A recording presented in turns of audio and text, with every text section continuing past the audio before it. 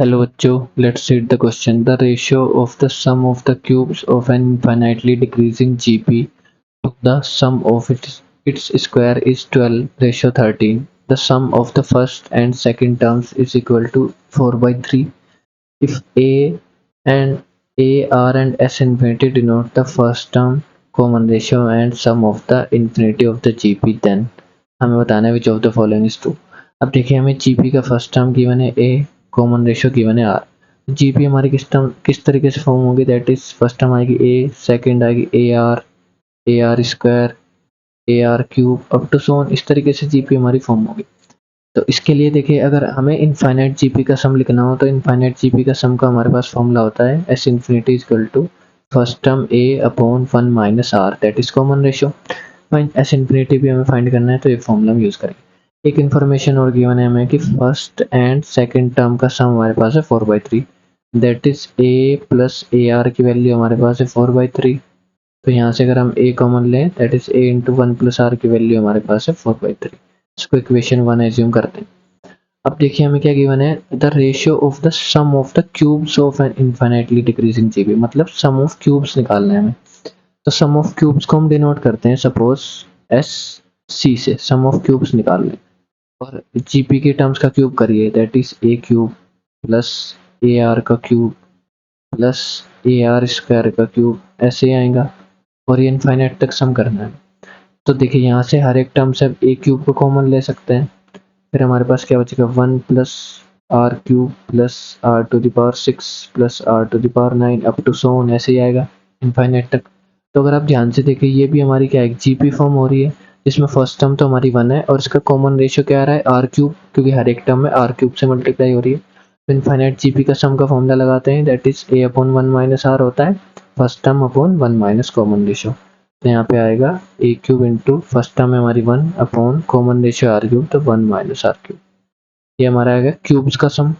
Similarly हम क्या निकालते हैं, स्क्वायर्स का सम. तो दैट इज स्क्वायर्स का सम को हम डिनोट कर देते हैं एस स्क्वायर्स का sum. Fine, that is A square plus A R का square plus A R square का square plus up to so on, ऐसे टर्म्स आएंगे.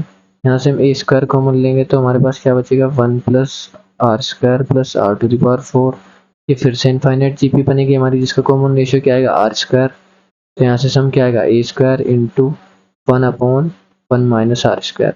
अब देखिए इन दोनों टर्म्स का हमें रेशियो गिवन है क्या 12:13, मतलब सम ऑफ क्यूब्स और सम ऑफ स्क्वायर्स का रेशियो इसके इक्वल गिवन है 12:13. देखिए इसकी वैल्यूज पुट करते हैं सिंपली, तो क्या है वैल्यूज हमारी, क्यूब्स का सम हमारे किसके इक्वल है a cube upon 1 minus are cube upon में क्या आएगा ए square upon 1 minus are square is equal to 12:13. देखिए ए स्क्वायर से हमारा दो पावर कैंसिल, इसको एलसीएम लेंगे तो कैसे लिख सकते हैं ए इंटू 1 माइनस आर स्क्वायर ऊपर जाएगा, 1 माइनस आर स्क्वायर कैसे लिख सकते हैं 1 माइनस आर 1 प्लस आर, और डिनोमिनेटर में हमारे क्या आएगा 1 minus are cube. 1 minus are cube को भी सिंप्लीफाई करके लिखते हैं 1 minus R into 1 plus R square is equal to 12/30. देखिए 1 माइनस आर से हमारा 1 माइनस आर कैंसिल. अब देखिए एक एडिशनल इन्फॉर्मेशन हमारे पास थी इक्वेशन 1 से कि ए इंटू 1 प्लस आर की वैल्यू है 4/3.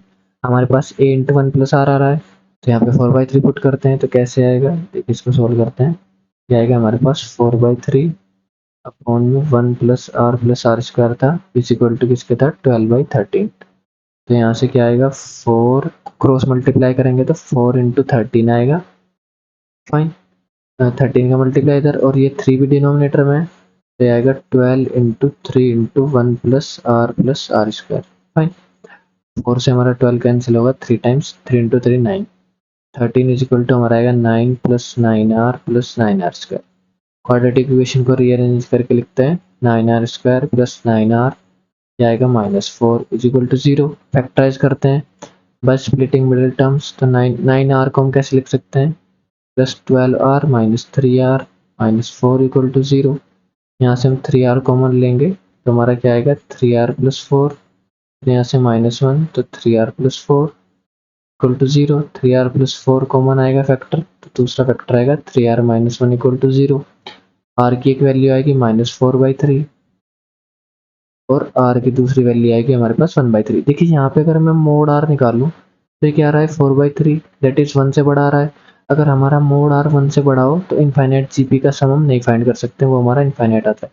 ये वैल्यू हमारी पॉसिबल नहीं है, सिर्फ ये पॉसिबल है, आर की वैल्यू 1/3 हमारी पॉसिबल है। फाइन, तो आर की वैल्यू हमारी 1/3 आई है। ओके, अब देखिए आर की 1/3 है तो हमें पता है ए इंटू 1 प्लस आर किसके इक्वल है 4/3 के। वैल्यूज पुट करते हैं, हमें पता है हमारा ए इंटू 1 प्लस आर किसके इक्वल है 4/3 के। तो a into 1 plus 1/3 equal to 4/3। 3 plus 1 ये भी हमारा क्या आएगा 4/3, कैंसिल, तो ए का वैल्यू हमारा आएगा 1। ए हमारा 1 के इक्वल, आर हमारा 1/3। अब हम अपना एस इन्फिनिटी भी काउंट कर लेते हैं, किसके इक्वल आएगा a upon 1 minus are, that is 1 upon 1 minus 1/3। तो एलसीएम लेने के बाद क्या आएगा 1 अपॉन 3 माइनस 1/3, 3 ऊपर जाएगा तो 3 अपॉन 3 माइनस 1 2। एस इन्फिनिटी का वैल्यू हमारा आ रहा है 3/2। अब देखिए अपने ऑप्शन मैच करते हैं। आर हमारा 1/3 है, ए 1 है। ओके, तो देखिए आर हमारा 1/3 है, ए 1 है, ऑप्शन सेकंड ट्रू हो जाएगा। और एस इन्फिनिटी हमारा 3/2 था, ऑप्शन फोर्थ भी ट्रू हो जाएगा। 2 एंड 4 बोथ आर करेक्ट।